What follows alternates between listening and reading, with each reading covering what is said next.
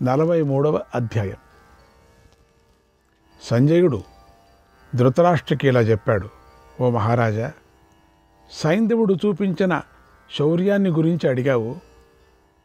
ఇక అతడు పాండవులతో ఎలా యుద్ధం చేశాడో చెబుతున్నాను విను. అతడి రథాన్ని లాగుతున్న గుర్రాలు సింధు దేశంలో పుట్టాయి. యుద్ధభూమిలో చక్కగా రథాన్ని లాగుతున్నాయి. వాయువేగంతో పరిగెత్తుతున్నాయి.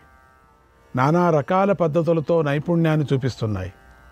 సైంధవుడు అభిమన్యుడు నాశనం చేసిన సైన్యాన్ని మళ్ళీ సైన్యంతో నింపేశాడు. మళ్ళీ వచ్చేసిందంతా. సాత్వికి పైన 3 బాణాలను, భీముడి మీద 8 బాణాలను ప్రయోగించాడు. 60 బాణాలను దృష్టద్యుమ్నుడి మీద 10 బాణాలను విరాటుడి మీద ప్రయోగించాడు.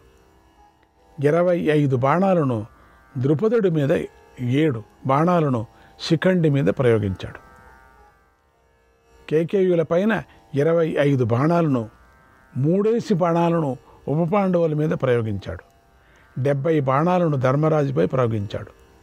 ఇంకా ఎన్నో బాణాలు ప్రయోగించి మిగిలిన వారందరినీ పారద్రోలాడు. అదెంతో ఆశ్చర్యాన్ని కలిగించింది. అప్పుడు ధర్మరాజు నవ్వుతూ మెరుస్తున్న పదునైన బాణాలతో ధనస్సును ముక్కలు చేశాడు. అప్పుడు సైంధవుడు మరొక విల్లు పట్టుకొని పాండవసేనను బాధించాడు.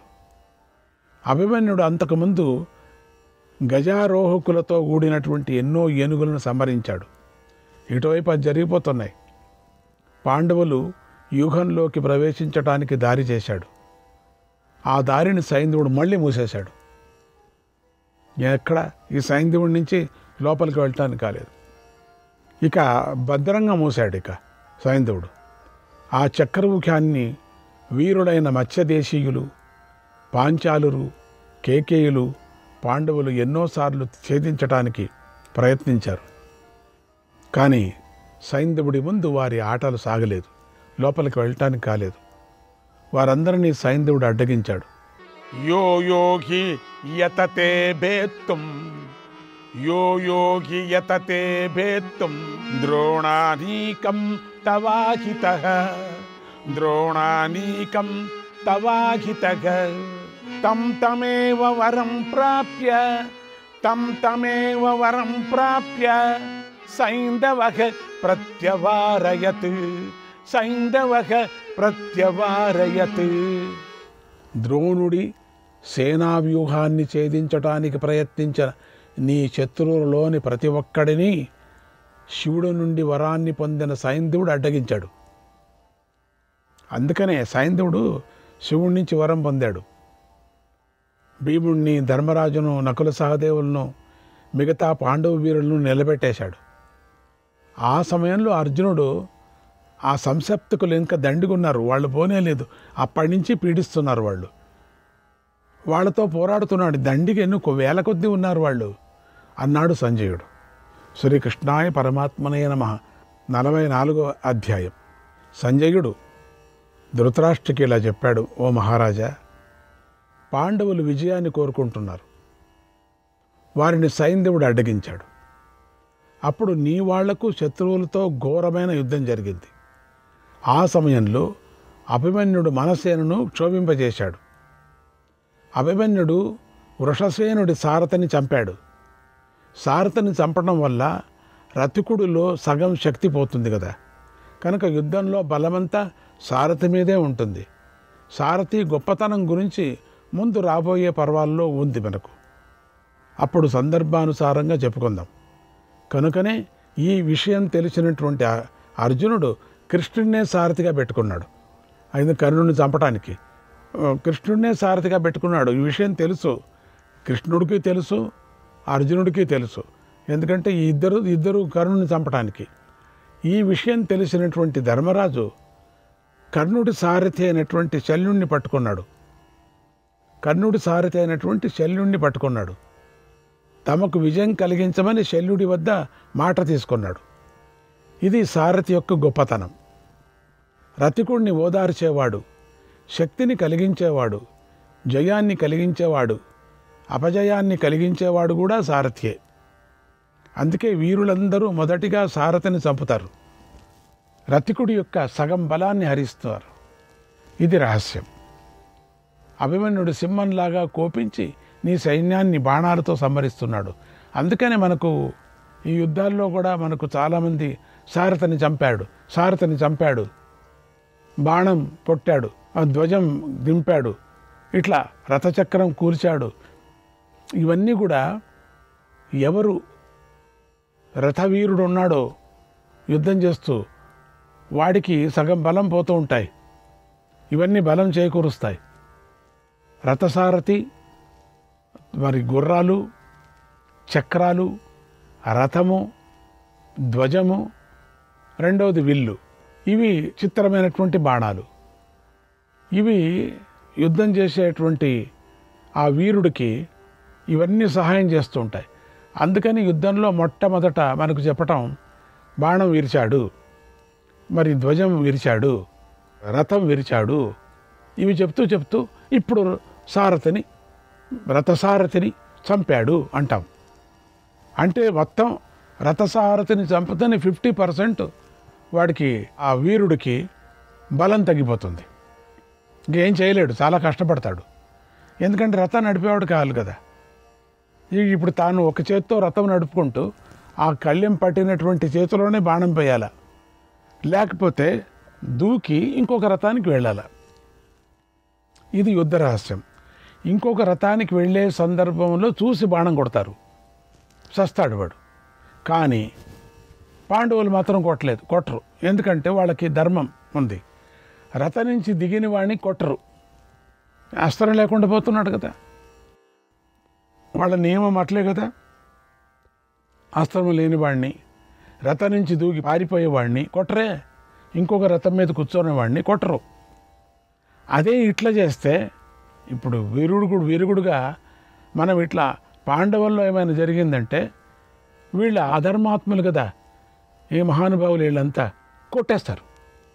అందుకని మన వాళ్ళు చాలామంది పోయారు. అంటే మన వాళ్ళంటే కృష్ణుడు తట్టు వాళ్ళు, కృష్ణుడు తట్టు వాళ్ళంటే పాండవులు తట్టు వాళ్ళు. అన్యాయంగా చచ్చిన వాళ్ళే చాలామంది, పాపం అన్యాయంగా కొట్టారు వాళ్ళు.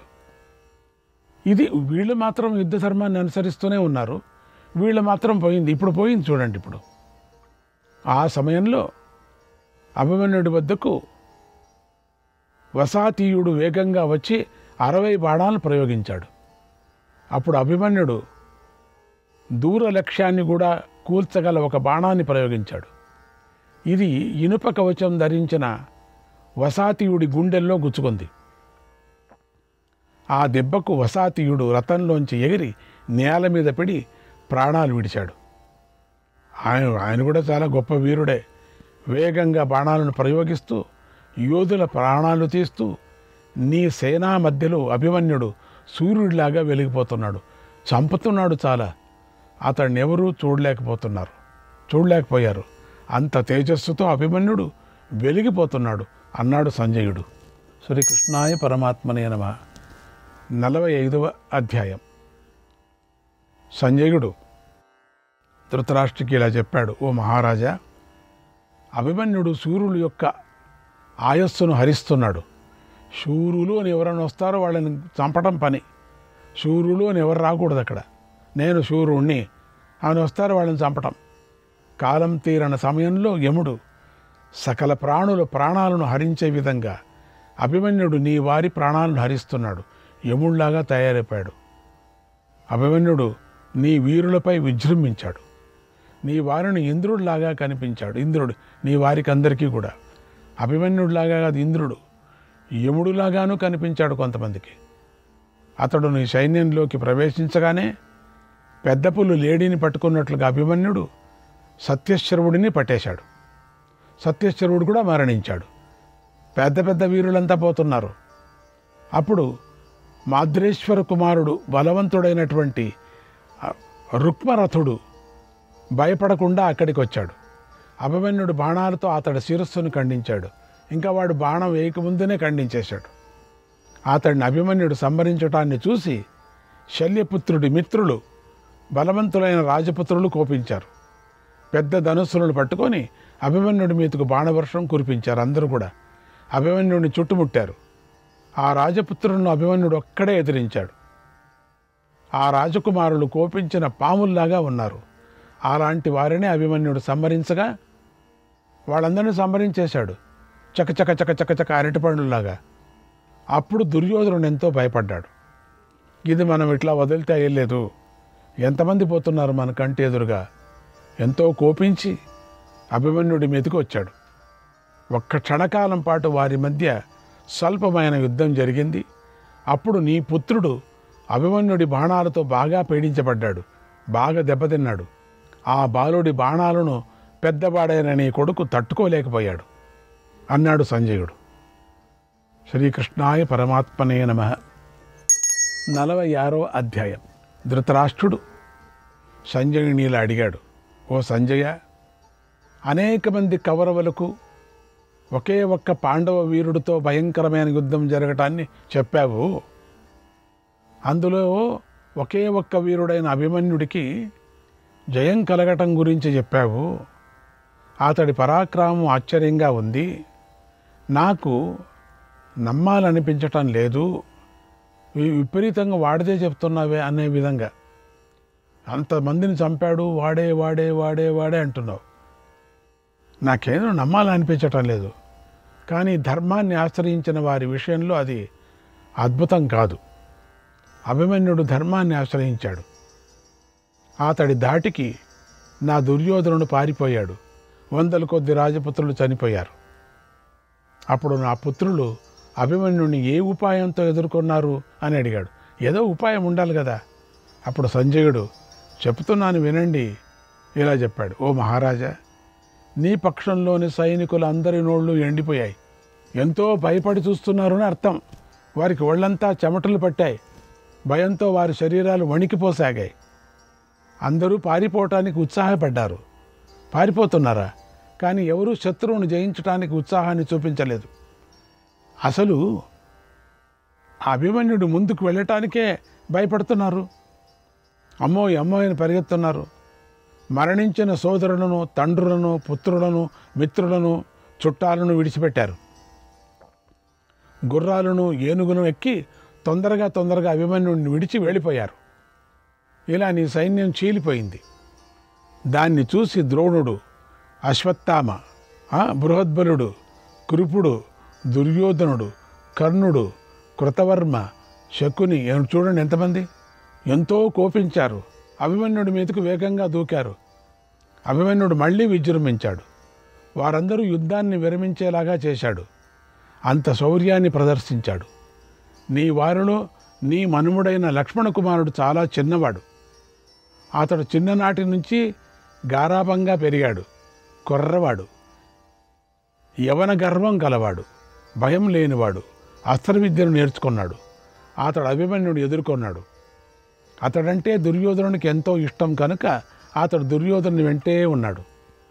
దుర్యోధనుని వెంట ఇతర మహారథులందరూ కూడా వచ్చారు. అభిమన్యుడు ఒక్కడే వారందరినీ బాణాలతో ఎగరగొట్టేశాడు. ఇంతమంది వచ్చారు కదా, వీళ్ళందరినీ కూడా విరమించేటట్టు చేశాడు. పరిగెత్తిపోయేటట్టు చేశారు. ఎరగొట్టి వధించాడు. అప్పుడు లక్ష్మణుడు అభిమన్యుడిని ఎదుర్కొన్నాడు. ఆ లక్ష్మణుడు అందగాడు, శూరుడు, చాలా సుఖంగా పెరిగాడు. ఆ నీ మనుముడు అభిమన్యుడిపై, మనువుడు ఇద్దరు మనువులే కదా, పదునైన బాణాలను ప్రయోగించాడు. అభిమన్యుడి గుండెల మీద, బాహుల మీద బాణాలను ప్రయోగించాడు. అప్పుడు అభిమన్యుడు ఎంతో కోపించాడు. అభిమన్యుడు బాణాన్ని ప్రయోగించి చక్కని ముఖం, కుండలాలతో ఉన్నటువంటి లక్ష్మణుడు శిరస్సును ఖండించాడు. మంచి పని చేశాడు, ఖండించాడు. అభిమన్యుడు అన్నట్లుగానే అందరూ చూస్తూ ఉండగా లక్ష్మణ కుమారుడు మరణించాడు. దాన్ని చూసి అక్కడ వారంతా ఆహాకారాలు చేశారు. దుర్యోధనుడు తన ప్రియమైన పుత్రుడు, తానే కదా ముందు రాజు, అటువంటి వాడు పడిపోవటాన్ని చూసి విపరీతంగా కోపించాడు. ఇతడిని చంపండి అని అరుస్తూ రాజులను ఇక ధర్మాలన్నీ వదిలేశాడు. రాజులను ఆదేశించాడు. అప్పుడు ద్రోణుడు, కృపుడు, కర్ణుడు, అశ్వత్థామ, బృహద్బల్బుడు, కృతవర్మ అనేటువంటి ఈ 6 రథికులు అభిమన్యుడిని చుట్టుముట్టారు. అభిమన్యుడు వారిపైన బాణాలను ప్రయోగించి వారిని మళ్ళీ వాళ్లను యుద్ధముఖులు చేశాడు. యుద్ధ విముఖులను వద్దే వద్దనుపాడు. వేగంగా సైంధవుడి మహాసేనను ఎదిరించాడు. అప్పుడు కళింగులు, నిషాదులు, క్రాతపుత్రుడు కవచాలను ధరించి గజసైన్యంతో వచ్చారు. అభిమన్యుడిని అడ్డగించారు. అప్పుడు వారి మధ్య ఘోరమైన యుద్ధం జరిగింది. అభిమన్యుడు బాణాలతో వారిని రణభూమిలో చెల్లాచెదురు చేసేశాడు.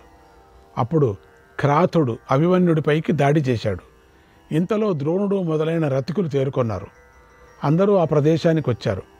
అందరూ పరమాస్త్రాలను ప్రయోగిస్తూ అభిమన్యుడి మీద దాడి చేసి, అందరూ పరమాస్త్రాలు వేసుకోండి అన్నాడు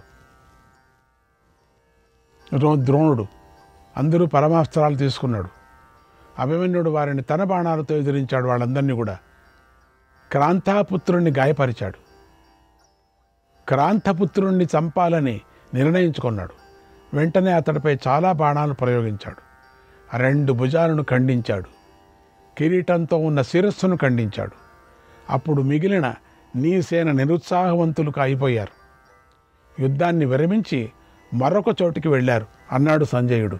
శ్రీకృష్ణాయ పరమాత్మనే నమః. 47వ అధ్యాయం. ధృతరాష్ట్రుడు సంజయుని ఇలా అడిగాడు, ఓ సంజయ, అభిమన్యుడికి ఓడిపోవటం అనేదే తెలియదు. యుద్ధంలో వెనకడుగు వెయ్యడు. అతడు యువకుడు. అతడు సైంధవుడి సేనలోకి ప్రవేశించి తన వంశానికి తగ్గట్టుగా పరాక్రమాన్ని, బలాన్ని ప్రదర్శించాడు. రణభూమిలో సంచరించాడు. ఈ ఒక్కడే ఉన్నాడు ఇక్కడ. అదే వచ్చింది ఇక్కడ. అతడు చాలా విజృంభించే సమయంలో మన వైపున ఉన్నటువంటి ఏ వీరుడు అభిమన్యుడిని అడ్డగించాడు అని అడిగాడు. మన సైన్యం ఎట్లా ఉంది? అప్పుడు సంజయుడు ఇలా చెప్పాడు, ఓ మహారాజా, అభిమన్యుడు నీ సేనలోకి ప్రవేశించాడు. నీ పక్షంలోని వీరులందరినీ తన బాణాలతో తరిమికొట్టాడు. అప్పుడు ద్రోణుడు మొదలైన వారు మళ్ళీ అభిమన్యుడిని చుట్టుముట్టారు. సైంధవుడి మీద యుద్ధభారం ఎక్కువగా ఉంది. అది చూసి నీ సైన్యం వెంటనే ధర్మరాజు సైన్యం మీదకి వెళ్ళింది. ఇటు ఇతర వీరులు పెద్ద ధనస్సులు పట్టుకొని అభిమన్యుడి మీద బాణవర్షాన్ని కురిపించారు. అప్పుడు అభిమన్యుడు ఆ వీరులను తన బాణాలతో నిలబెట్టేశాడు. కదలకుండా చేశాడు. 50 బాణాలను ప్రయోగించి ద్రోణాచార్యుణ్ణి, 20 బాణాలను ప్రయోగించి బృహద్బలిపుణ్ణి కొట్టాడు. మళ్ళీ 50 బాణాలను ప్రయోగించి కృతవర్మను, 60 బాణాలను ప్రయోగించి కృపాచార్యుని గాయపరిచాడు. ఇంకా మరికొన్ని బాణాలను అశ్వత్థామపైకి ప్రయోగించి గాయపరిచాడు. శత్రువుల మధ్యలో నిలబడినటువంటి కర్ణుడి గూబదిరేలాగా ఒక తీక్ష్ణమైన బాణాన్ని ప్రయోగించి గాయం చేశాడు. కృపాచార్యుడి అశ్వాలను చంపేశాడు. రథానికి ఇరుప్రక్కల ఉండి రక్షించే రక్షకులను సంహరించాడు. కృపుడి గుండెకి తగిలేలాగా 10 బాణాలు ప్రయోగించి కొట్టాడు. తర్వాత బృందారకుడు అనే వీరుడు వచ్చాడు. ఆ వీరుడు అభిమన్యుడు చంపేశాడు. అంతే, వీడితో కొంచెం యుద్ధం కూడా చేయలేదు, అట్లే చంపేశాడు. ఇలా అభిమన్యుడు శత్రువుల్లోని శ్రేష్ఠులను బాధపెట్టాడు. 25 బాణాలను ప్రయోగించి అశ్వత్థామను బాధించాడు. నీ వారు చూస్తూ ఉండగానే మళ్ళీ బాణాలతో అశ్వత్థామను గాయపరిచాడు. అప్పుడు పుత్రుడి మీద ప్రేమతో ద్రోణాచార్యుడి అభిమన్యుడిని ఎదిరించాడు. ఏకంగా 100 బాణాలను అభిమన్యుడి మీదకు ప్రయోగించాడు. అప్పుడు తండ్రి మీద ప్రేమతో అశ్వత్థామ మళ్ళీ అభిమన్యుడితో పోరాడాడు. తండ్రి మీద పడింది కదా బాణం, అశ్వత్థామ కోపం వచ్చింది. అన్ని వైపుల నుంచి కౌరవుల బాణాలు తనను గాయపరుస్తున్న అభిమన్యుడు లెక్క చేయలేదు. ప్రతి ఒక్కరిని 10 బాణాలతో బాధించాడు. ఇక ఆ బాణం ఎంత స్పీడ్గా కొట్టిండొచ్చు చూడండి. అసలు కనపడేది కాదట. అది ఏమి నేర్పరి ఉండొచ్చు, ఎట్లా తీసుకుంటున్నాడు, ఏమి కథ, అది ఎట్లా సంధిస్తున్నాడు, చుట్టూ ఎట్లా కొడుతున్నాడు, ఎంత స్పీడ్ ఉండొచ్చు. అప్పుడు ఆ బృహద్బలుడు కరణి అనే బాణంతో అభిమన్యుడి గుండెపై తగిలేలాగా బలంగా కొట్టాడు. అప్పుడు కోపించిన అభిమన్యుడి బాణం బృహద్బలుడి గుండెను పగలగొట్టింది. శ్రీకృష్ణాయ పరమాత్మనే నమః.